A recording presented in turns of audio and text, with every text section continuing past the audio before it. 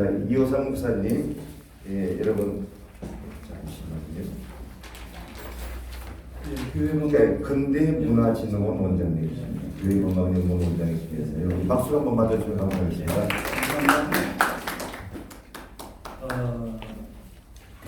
우리 이재천 목사님이 어떤 분이신가 저는 잘 몰랐습니다. 그래서 여러분들에게 한번 여쭤봤습니다. 이재천 목사님이 어떤 분이세요? 했더니 대답하시는 분들이 합리적이시고 보수와 진보의 균형 감각을 갖추신 분이다. 또 시장의 자랑이다. 그러셔서 정말 만나 뵙고 싶었습니다. 오늘 첫 단체 화두를 참 잘 던져주신 것 같아요. 우리가 고민했던 문제, 또 제국주의와 기독교, 또 선교사들의 역할 이런 부분에 대해서 상당히 고민하고 있던 부분들을 첫 템플을 참 잘 꺼내주셨다고 생각하고요.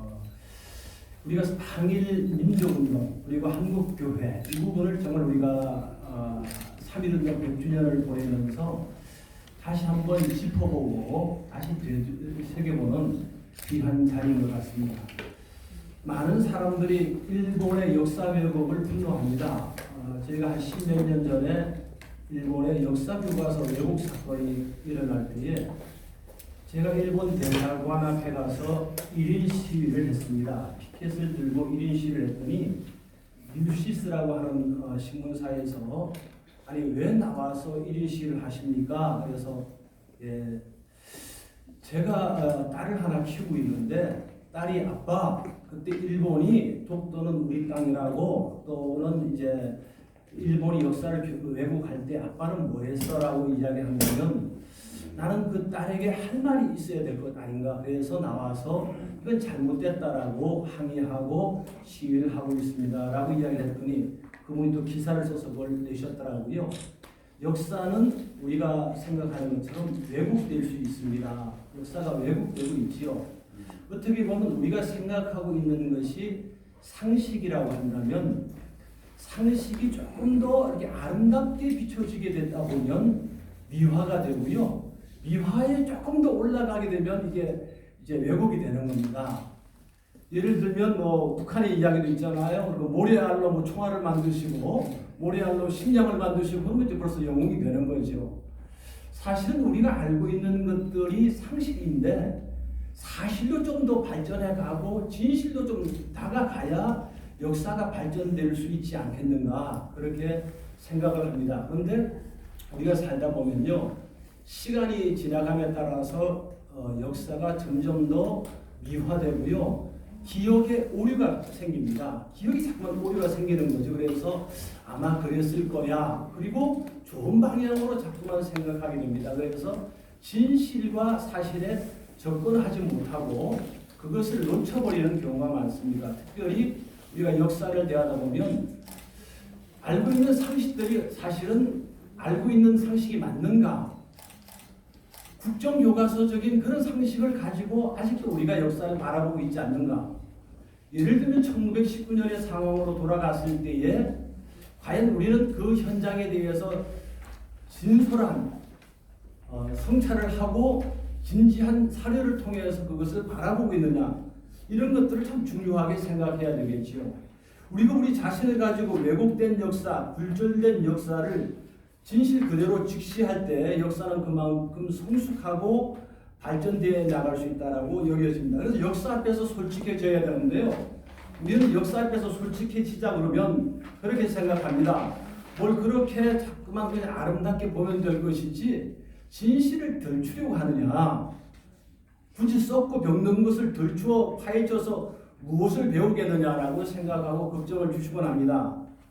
예를 들면 솔직하게 말하고 솔직하게 글을 쓴다는 게 참 어려워요.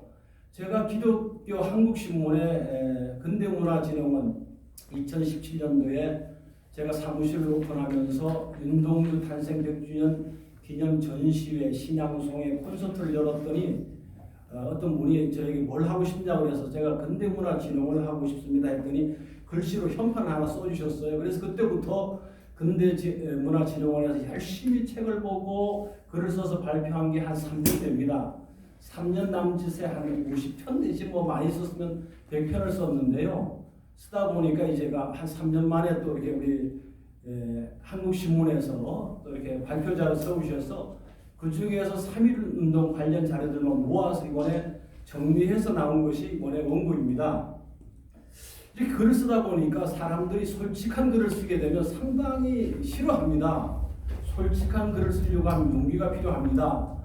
요즘처럼 연합기관들이 남부하고 아무 제기력을 못할 때 연합기관들이 무엇하느냐, 하나로 합치지 못하면 해체하는 게 맞지 않느냐라고 말하면 이익집단에 속한 분들로부터 돌판 매치를 맡거나 총 중에 제일 무서운 총이 눈총이라고 눈총을 받으면서 왕따를 당하게 되겠지요. 그러나 그렇게 말하는 용기, 그렇게 말하고 글을 쓸 용기가 우리 시대에는 필요한 것 아닌가. 특별히 남북 교회사라든지 또 우리가 해방 전에 남북의 독립운동사 이런 것들이 그렇다고 생각되어집니다. 특별히 또 3.1운동 100주년을 앞두고 33인이 과연 3.1운동은 다 한 것이냐? 그 사람들이 민족 대표라고 하는데 우리는 그것을 그대로 인정할 것인가? 또 3.1 독립선언은 선언인가 청원인가? 애국 계몽운동은 애국적인가? 미국 선교사들은 우리에게 무엇을 전파했는가? 선교사들은 마치 하나님이 보내준 천사인가? 일제강점기 한국교회는 기독교였는가? 아니면 일본 기독교였는가? 요즘 최근에는 그렇게 이야기하더구만요. 한일 친선연맹, 친한파잖아요. 그런데 요즘은 친한파라고 하는 사람들 많이 비난합니다. 그러더니 용어가 바뀌었습니다. 지일파라고 그래요. 그래서 옛날에는 친일파였는데 어떻게 지일파라고 또 가느냐. 그러니까 편한 대로 어떤 때는 지일이라고도 하고 어떤 때는 친일이라고도 하게 되는데 어쨌든 그런 문제. 그 다음에 한국교회가 일본에 협조한 것은 부역인가 하는 이런 문제. 어쨌든 진실을 밝힌다고 하는 것은 큰 용기를 필요로 하는 일입니다. 특별히 묻혀있던 우리 교회 역사를 올바로 이해하고 우리 역사의 큰 줄기를 파악하는 데 조금이라도 기여했으면 하는 바람으로 이번에 글을 쓰게 되었습니다. 여행 전문가들은 여행을 할 때 꼭 필요한 짐만 챙겨가기 때문에 아주 간편합니다. 그런데 비전문가는 좀 더 여유분을 더 챙겨갑니다. 그래서 짐이 많아지고요. 짐보따리가 하나가 아니라 2개가 되는데 제가 좀 비전문가입니다. 그래서 그냥 필요한 글만 A4 한 장 내지 2장 쓰면 되는데 한 40페이지 정도를 여유분을 드렸습니다. 그래서 여러분들이 이렇게 글을 보시다가 확 들어오는 것은 진하게 들어오는 것을 보시게 되면 이게 강조점이구나 하고 보시면 되고요. 나머지 부분은 여유분으로 좀 읽으실 수 있도록 자료를 드렸다 생각하시면 되겠습니다. 본론으로 들어갑니다. 선교사들의 공과가 많은 선교사님들이 계셨지요. 많은 선교사님들에게 고마운 것은 그분들이 이름도 모르는 정말 아무도 알 수 없는 이런 조선 땅에 와서 생명을 바쳤다라고 하는 것. 이름 없이 빛도 없이 순교의 피를 뿌렸다고 하는 것은 공입니다. 그리고 병원을 세우고 학교를 세우고 많은 선교 활동들을 벌였습니다. 그러나 그 선교사들은 하나님이 보내준 천사처럼 우리가 볼 것이 아니라 그분들에게도 과가 있다. 그분들도 인간이었다. 그렇게 인간적인 과가 있었다는 것이죠. 그리고 아까 우리 이재천 목사님 말씀하셨듯이 제국주의, 미국 정부라든지 해외 정부들은 자기네 어떤 제국을 홍보하고 정부의 어떤 채널로서 해외 시장을 확보하기 위해서 선교 사업을 필요하다, 불가분의 관계로 보았던 것이죠. 그 선교사들은 대체적으로 자국의 경제적 이익을 위해서 일하는 것은 당연한 임무라고 생각하였을 뿐 아니라 서양 문명을 전파하는 것을 봉사라고 인식하였다는 것이죠. 마치 우리 선교사님들이 아프리카에 가면 제일 먼저 학교라든지 병원을 짓습니다. 그리고 태극기를 꽂고요. 그 다음에 애국가를 가르치고 안락을 가르칩니다. 그리고 한유를 전파하고요. 한글을 가르칩니다. 이게 과연 맞는 것이면서도 이게 맞는 것인가? 아프리카를 한국화하는 것이 과연 복음의 전파와 상충되는 것인가? 이런 고민들을 하게 된다는 것이죠. 그래서 초기 선교사들 본국의 외교 노선에 따르면서 선교를 지속할 수 있는 길은 전교 분리 선언에 의해서 교회의 비정치화라고 판단하였다는 겁니다. 그들은 일부를 제외하면 일본의 지배에 의해서 조선의 문명화가 가능하리라는 믿음을 가지고 있었습니다. 왜냐하면 선교사들이 그냥 한국으로 조선으로 들어오는 것이 아니라 일본의 아펜셀러도 마찬가지고 언더우드도 마찬가지고 이수정도 마찬가지고 다 일본에 가서 몇 년씩 한국에 들어오는 준비들을 하고 인턴십 교육을 하지 않습니까? 그러면서 일본에 대한 충분한 이해, 일본 정부와의 조율, 일본에 대한 친밀도를 가지고 들어오게 되는 거죠. 그러니까 우리 민족의 어떤 자강이라든지 자립이라든지 자주라든지 이쪽이 아니라 일본을 통한 개방, 일본을 통한 문명화를 전제 조건으로 깔고 가고 있었기 때문에 자강을 방편으로 교회를 찾았고 조선을 지배하는 일본에 대해서 저항의식을 가졌던 신자들은 이런 선교사들의 은행에 대해서 오히려 반발하면 반일운동에 나서게 되었다는 거죠. 선교사들은 신자들의 항일운동을 비종교적이라고 단죄함으로써 민족주의자들의 분열을 조장하고 교회가 많은 교인과 전국적인 조직을 가졌음에도 민족적 지구로 나가지 못하고 오히려 역기능을 하게 하였던 브레이크 기능을 하지 않았는가, 이런 고민을 이제는 100년이 지났으니까, 아니 선교 130년, 134년, 135년을 지나면서 한 번은 고민하고 이제는 말할 수 있다, 뭐 이 정도는 돼야 되지 않겠나. 그래야 역사는 발전하고 진보해 간다는 것이죠. 2-2입니다. 일제강점기 한국교회 핍박. 일본 제국주의는 한국 식민지 정책의 처음으로 동아 정책을 넘어 한민족 자체를 해체시키려는 민족 말살 정책의 목표를 두었고, 전 식민지 기간 한국교회를 식민지 통치의 거침돌로 인식했습니다. 한국교회를 반일 의식을 고취한 불령 선인의 재단으로 규정했다는 것이죠. 한국 기독교가 기독교 신교육 기관을 통해서 자유평등 사상과 더불어 자주 독립정신을 고취하면서 민족 문제에 눈을 뜨게 되자 새로운 세계관을 가지고 안목을 가지게 되었다는 겁니다. 아까 우리 전 총무님 말씀하셨던 이 세계관, 글로벌한 세계관을 가질 수 있는 눈을 뜨게 한 이 곳이 어디냐? 바로 교회였다라는 것이죠. 1900년대 근대에서의 초기에 접어들 때 기독교 교세의 급속한 확장과 동시에 민족적 자각의식이 대중 속에 확산되고 있었는데 그 중심 집단이 교회였고 그 주체가 기독교인들이었습니다. 따라서 일제는 한국 기독교를 향후 식민지 지배의 최대 거침돌로 인식하게 되었던 것이죠. 노도의 불길처럼 확산되어 갔던 기독교 교세의 확장에서 찾을 수 있습니다. 기독교의 급성장은 일본의 식민지화에 큰 짐이 아닐 수 없었습니다. 그래서 일본은 회유와 탄압, 강제와 강압, 그리고 말살 정책을 통해서 계속 한국교회를 말살시키려고 했던 것이죠. 회유책은 대체적으로 외교권을 박탈한 통감부 기관에, 탄압책은 합병 이후 3.1운동 이전까지 행해지게 되죠.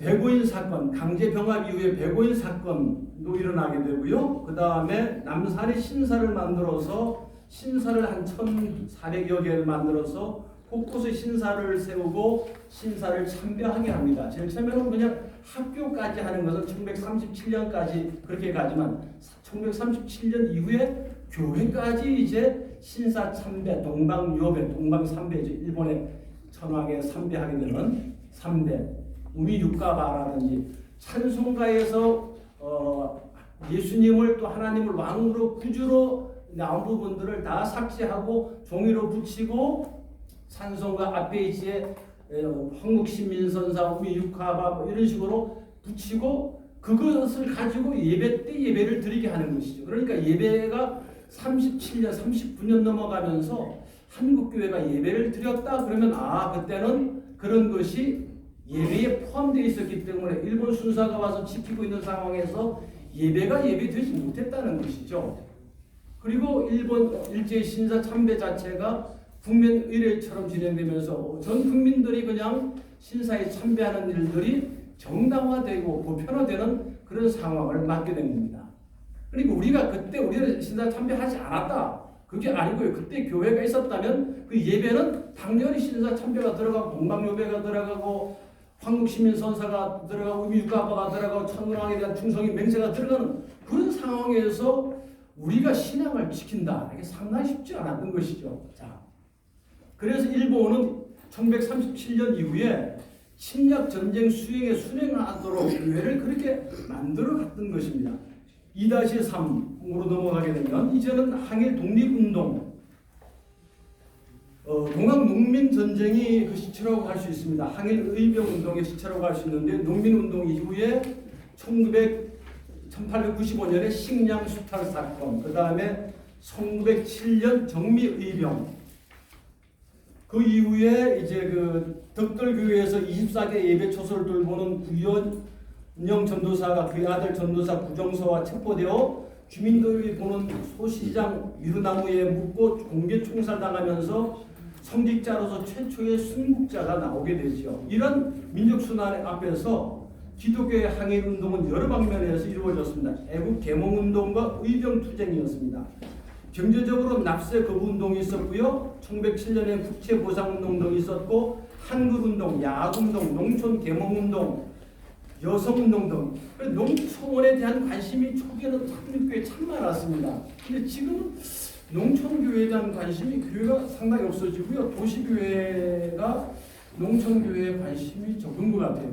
어쨌든 그런 가운데 아까도 말씀드렸던 그 정교 분리 원칙, 선교사들은 일본과의 마찰을 원하지 않았기 때문에 그냥 정교 분리를 주장하면서 이 교회인들의 신앙을 자꾸만 개인들의 죄의 문제로 개인의 구원의 문제로 이렇게 몰아갔던 것이죠. 그러니까 사회 참여와 역사에 대한 인식 그리고 일본에 대한 항일 이런 부분들을 통제하고 제어하기 때문에 신앙을 통해 민족과 조국을 발견한 열사들은 악의 세력과 싸우는 십자가 군병으로서 부국적 신앙으로 결단하고 무장한 소수의 사람들이 나가서 싸우게 되는 것이죠. 1920년 이후에는 홍범도 장군의 봉오동 전투, 최근에 영화가 나왔어도 영화관에 가서 영화를 봤습니다. 그런 영화를 보셔야 되는 거예요. 그 다음에 청산리의 김자진 장군, 북간도의 김야견 목사님, 김야견 목사님이 그곳에 맡아서 활동하시면서 학교와 또 의병 활동을 하시고 거기에 이제 그 해랑강 쪽에 누가 있었습니까? 조두남, 일송정의 조두남이 있었고요. 그 다음에 영화 춘사 나훈규가 있어서 아리랑을 나중에 만들게 되죠. 윤동주가 또 나오게 되죠. 그러면서 윤동주와 송용규 이러면서 그런 이야기들이 나오고 많은 인재들을 배출하게 되죠. 무익한 목사님 이런 분들이 나오게 되는 것이죠.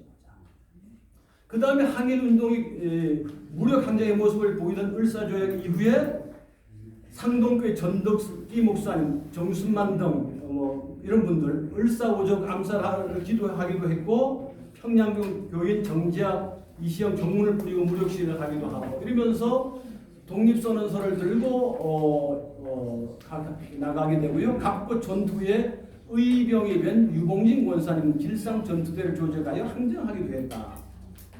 그래서 간도나 북간도 이런 쪽에 대해는 1910년대 한 10만 명 정도가 이주하게 되고 20년대가 되면서 한 20만 명 이러면서 점점 인원이 늘어나게 되죠. 그러다 보니까 독립군의 어떤 전초 기지 역할을 감당하게 되자 일제가 그 용정의 마을과 교회를 불태우고 모조리 주민을 죽이기까지 하고 첩자를 풀어서 독립투사들을 검거했습니다. 그래서 임시중 정부 등 중경 등 등지로 사람들이 옮겨가면서 투쟁할 수밖에 없는 그런 항일운동의 역사를 가지게 되는 것이죠. 자, 2-4 교회의 3.1운동을 돌아보면서 이건 여러분들이 다 아시니까 넘어가고요. 쭉 넘어가시다가 2-4의 2번 33인 민족 대표론 33인 민족 대표론을 어떻게 볼 것인가. 이 33인 우리가 과연 민족 대표라고 할 것이냐 그냥 민족 그냥 지도자들이었다라고 볼 거냐 이런 겁니다. 3.1운동 전 과정에서 보여준 33인의 나약함은 철저히 비타협적이었고 비투쟁적이었다는 거죠. 33인은 대중의 움직임이 자신들의 생각을 뛰어넘어 과열의 기미를 보이자 스스로 운동의 지도권, 대표권을 포기하였다는 거죠. 자포자기하면서 그들의 본연의 한계에서 비롯된 것 아닌가. 거국적 민족운동이라는 것과 끝까지 지도할 수 있을 정도의 투철한 인연과 결단이 없었다는 겁니다. 문제는 34인이 12시에 태화관에 모였습니다. 근데 다 모인 것도 아니고 29인이 모였죠. 29인이 모여서 이제 만해 한용운 선생이 나와서 이제 모이게 된 경과, 모인 분들 소개하고 취지를 설명하고, 그래서 우리 여러분 오셨으니까 이거 선언문은 어제 최남선 선생이 작성하셔갖고 2만 1,000부를 찍어서 학생들에게 줬습니다. 그래서 아마 학생들이 배포할 것입니다. 우리가 이제 자수하러 갑시다. 그래서 일경에 전화를 해서 일경들이 와서 일경들과 함께 경찰서 가서 조서를 받았는데, 문제는 그 시대 그때의 탑골공원에 많은 민족 고종 황제의 장례식을 통해서 많은 민족의 사람들, 대중들과 학생들이 모여서 이제 민족의 대표 지도자들이 나오기를 기다렸지만 그분들은 나오질 않았다는 거죠. 33일 그곳에 없었습니다. 그러면서 그분들이 이제 했던 것 중에는 뭐냐면은 조사 신문 과정은 그냥 자료에 있으니까 보시면 되겠습니다. 탑골공원에서 경신학교 졸업생 정재용이 한 장의 선언서를 들고 일어나서 단상에 올라가 독립선언서를 읽고 나감으로 말미암아 드디어 만세운동이 일어났다는 것입니다. 그러니까 우리가 생각하는 33위는 소설 같은 이야기고요. 정재용 같은 분들이 민족의 지도자이자 대표여야 되는 것 아닌가. 그리고 이 3.1운동은 3.1절날 일어난 것이 아니라 28 독립선언, 일본의 YMCA에서 이미 발표되었던 28 독립선언의 연장선상에서 학생들이 시작한 운동을 지도자들이 올라탔는데, 올라타서 그 호랑이 등에 올라탔으면 그걸 타고 갔어야 되는데 가지 못하고 중도에서 내려왔다. 이렇게 봐야 되는 것 아닌가. 그러면서 그 학생들의 그 독립운동을 비하하고 했다라는 것이죠. 그래서 독립선언과 행진에 주도한 민족 지도자라고 하는 분 29분과 130명이 체포됐습니다. 사실은 이 130여 명 이런 분들이 민족의 지도자였다라고 우리가 보게 되는 것이죠. 3.1운동은 지도자 없이 학생들의 자발적인 투쟁으로 전개되었고, 학생과 교회는 합법적인으로 존재할 수 있는 전국적인 조직이었다라고 하는 겁니다. 그래서 학생과 교회가 전위적인 역할을 담당함으로 민족 역할의 용기와 책임 의식을 갖게 되었고, 이로 인해서 교회는 엄청난 대가를 지불했다라는 거죠. 그래서 3.1운동 이후에 교회는 엄청나게 마이너스 줄어드는 현상이 생겼습니다. 왜냐하면 핍박과 말살 정책에 의해서 교회는 엄청나게 줄어들지만 민족교회라고 하는 자긍심을 갖게 되었고,